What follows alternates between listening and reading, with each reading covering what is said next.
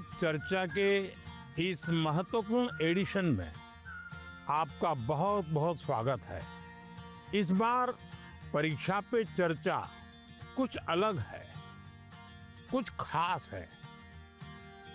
बहुत सारे स्टूडेंट्स ने मुझे ये सजेशन भेजा था कि देश के अलग अलग हिस्सों में भी परीक्षा पे चर्चा होनी चाहिए। तो इस बार मैंने देश के अलग अलग हिस्सों में भी स्टूडेंट के साथ बैठ करके परीक्षा पे चर्चा की।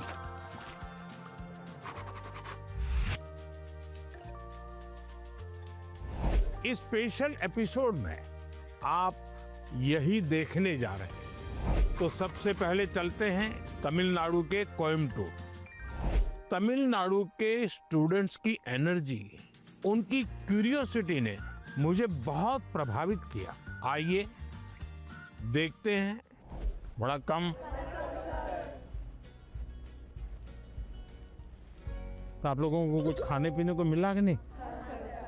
क्या मिला? नहीं, हमें घर से लेके आए थे। I couldn't believe my eyes when I saw him. First, I had expected like a dynamic, dramatic entry because he is the prime minister after all. But it was very simple, humble and down to earth. वो जब अंदर आए बस like goosebumps आने लग गए. It was really great. ऐसा है कि मैं कई वर्षों से 10th और 12th के जो बच्चे हैं उनसे बातचीत करता रहता हूँ परीक्षा पे चर्चा। और मैं बातचीत करता हूँ कुछ सीखने के लिए।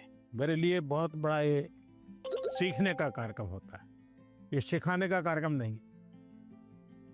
तो मैं आज तमिलनाडु के नौजवानों को इसलिए मिल रहा हूँ कि मुझे कुछ सीखना है।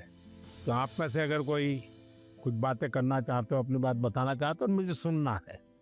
कौन शुरू करेगा?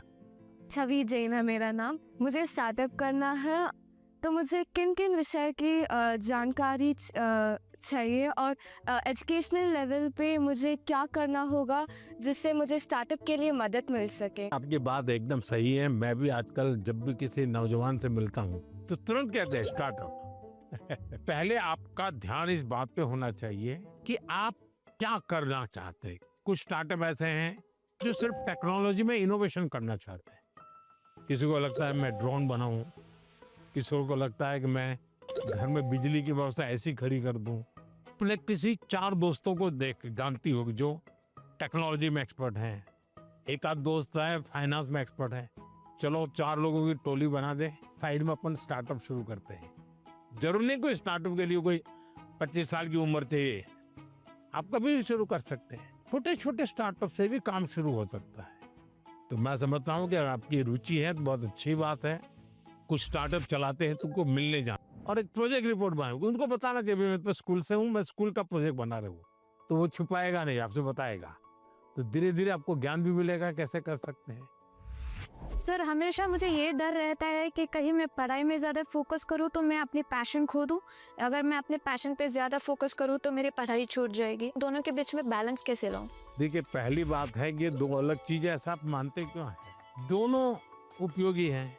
जैसे मान लीजिए आपको आर्ट का शौक है? और आपने साइंस का कोई विषय पढ़ा और उसमें कोई लैब की चर्चा है और कुछ केमिकल मिलाने की चर्चा है। तो आप ऐसा कीजिए, कागज लीजिए, लैब बनाए, कागज पे पेंटिंग कर लैब बनाए। फिर जो केमिकल पढ़ने के थे हर बोतल में केमिकल का नाम लिखे।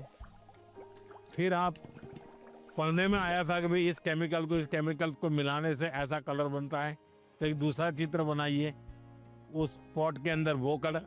तो आपका चित्र का काम भी हो गया और आपको वो लेसन भी याद हो गया।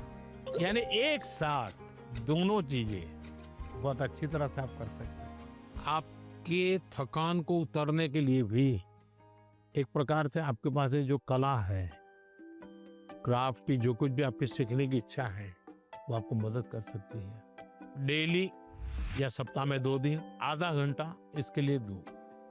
समाज जीवन में जिसकी जरूरत है वो शिक्षा तो करनी है, लेकिन जो व्यक्ति के जीवन में उपयोगी है वो आप इससे कर सकती हैं। हमारा देश भी 2047 में डेवलप्ड राष्ट्रों के साथ एक होने वाला है।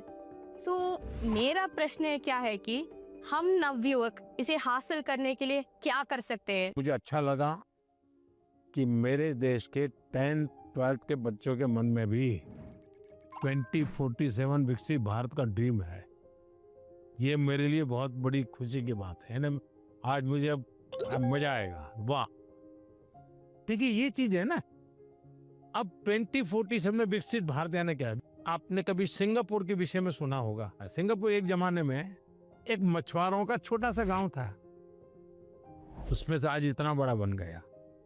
तो ली कुआन यू कहते थे कि भाई अगर हमको डेवलप कंट्री बनना है तो हमें अपनी आदतें डेवलप कंट्री के लोगों की होती वैसी बनानी पड़ेगी।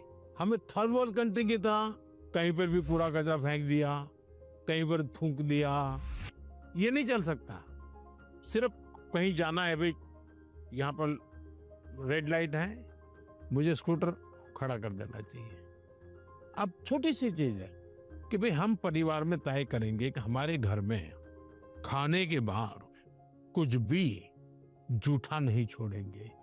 बताइए, सब लोग ऐसा करें तो कितना खाना बचेगा, कितना बड़ा फायदा होगा। तो एक नागरिक के नाते मैं अगर इन चीजों का जीवन में ठीक से पालन करूं तो मतलब कि मैं विकसित भारत के लिए कंट्रीब्यूट कर रहा हूं। अब जैसे वोकल फॉर लोकल, मैं मेरे देश की चीजें खरीदूंगा। मैं भारत में जो चीजें बनी है उसको लूंगा। जैसे मैं कहता हूँ मेड इन इंडिया। अब कुछ लोग पैसे वाले लोगों को लगता है दुबई में जाके शादी करेंगे। वाह, हिंदुस्तान में क्या कमी है भाई? हम सब देश के नागरिक छोटी छोटी चीजों को करें, हम जरूर विकसित भारत बनाने में अपना दायित्व निभा सकते हैं, हम कंट्रीब्यूट कर सकते हैं। He was shocked that, oh my God, a student is actually concerned about this. And he told us that it's the small steps that matter, not the large ones.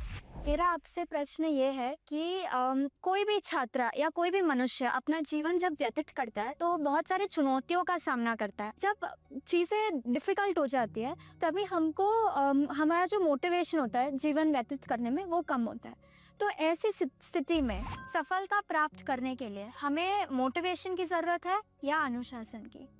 दोनों चीजें महत्वपूर्ण है जीवन में। अगर अनुशासन है ही नहीं तो कितना ही इंस्पिरेशन होगा तो वो इंस्पिरेशन क्या काम का आएगा? मान लीजिए एक किसान है, उसको प्रेरणा मिल रही है, बगल वाला किसान बहुत फसल कर रहा है, इंस्पिरेशन है कि यार उसकी तो 1 एकड़ भूमि है, मेरी तो 4 एकड़ भूमि है, वो ज्यादा कमाता है, मैं कम कमाता हूं, तो उसको इंस्पिरेशन तो वहां से मिलता है। लेकिन ये बारिश के पहले जोतना चाहिए, वो सोचना नहीं, देखेंगे अब हफ्ते के बाद करेंगे। अगर खेत जोतेगा नहीं और बारिश आ गई फिर वो कुछ भी करे उसकी तो हालत खराब ही रहेगी। तो उसके अंदर वो डिसिप्लिन नहीं था, इंस्पिरेशन था कि मैं उसकी जितनी कमाई करूं, लेकिन डिसिप्लिन नहीं थी। भाई मुझे इस समय के पहले खेत जोत के रखना चाहिए, बीज की जरूरत है ला करके रखना चाहिए, बीज को तैयार करने का काम करना चाहिए, तो डिसिप्लिन नहीं था। जीवन में डिसिप्लिन बहुत अनिवार्य है। इंस्पिरेशन में सोने में सुहागा का काम करता है। अगर डिसिप्लिन नहीं है, कितना ही इंस्पिरेशन क्यों ना हो, वो फिर बोझ बन जाता है, निराशा पैदा करता है। When I asked my question, it was a question that was stuck with me from so many years. Now, finally, I feel great and honored to get a clarity from a person who I've looked up to. Sir, आजकल के ज़माने में AI का प्रभाव बढ़ते ही जा रहा है। हम देख सकते हैं कि कई कंपनियों में इंसान नहीं बल्कि एआई एम्प्लॉइज़ भी होते हैं। तो मेरा ये सवाल है कि क्या हम एआई को डरना है और हम अपने फ्यूचर करियर लेने के समय क्या क्या याद रखना चाहिए?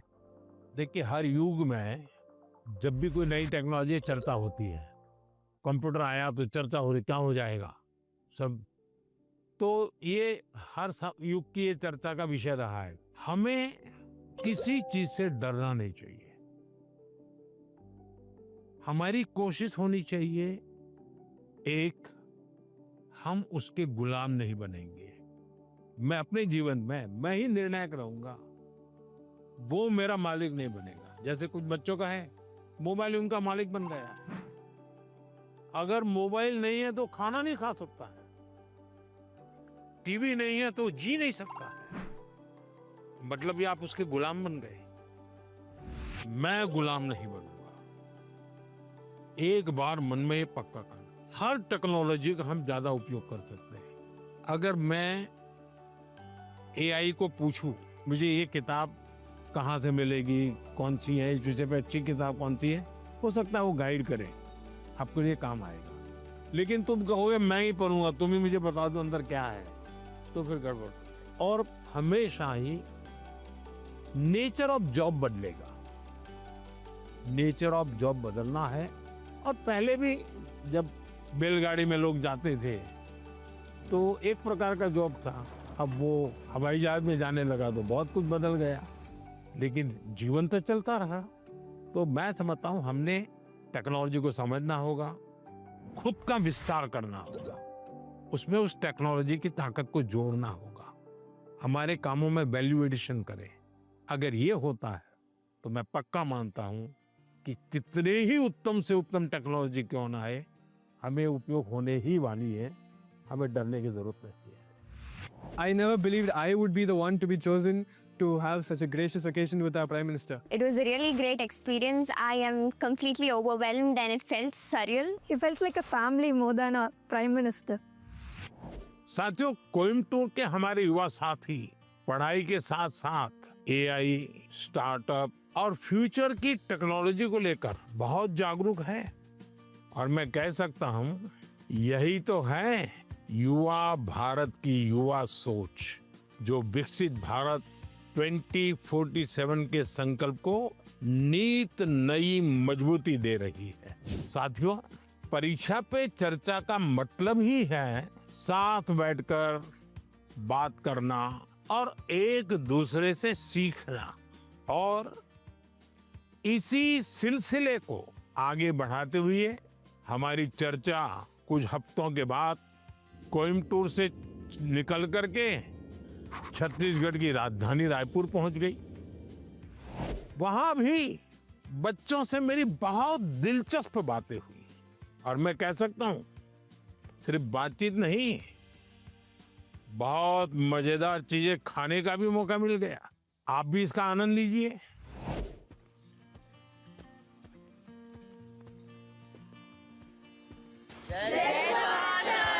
जय जोहार। कुछ खिलाया पिलाया कि नहीं? हाँ, आप भी बहुत सारी मीटिंग्स अटेंड करके आए हैं, आप भी हमारे यहाँ का खाना चाहेंगे? कैसे बनता है? सर ये बेसन को गोल गोल आकार देकर उसको तलते हैं। अच्छा, और ये नमकीन होता है। तो कब खाते हैं लोग? सर दिवाली के टाइम, दिवाली टाइम का खाते हैं। ज्यादातर दिवाली टाइम पे बनता महाराष्ट्र में इसको क्या कहते हैं? है। महाराष्ट्र में ऐसा ही बनता हो, चकली कहते हैं। हाँ सर। ये क्या है? सर ये खूरमी है, हाँ, हमारी गुड़ से बनती है, आटे से बनती है, सूजी से बनती है। हम्म,